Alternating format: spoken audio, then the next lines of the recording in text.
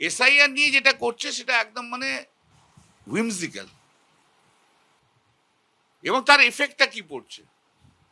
এবার ধরুন 5 জন পরিযায়ী শ্রমিক বলুন বা আমি বলুন, আমি তো অনেকদিন দিল্লিতে থাকি, তাহলে যখন ডোর টু ডোর সার্ভে করবে আমি যদি না থাকি তাহলে কি আমার নাম বাদ চলে যাবে?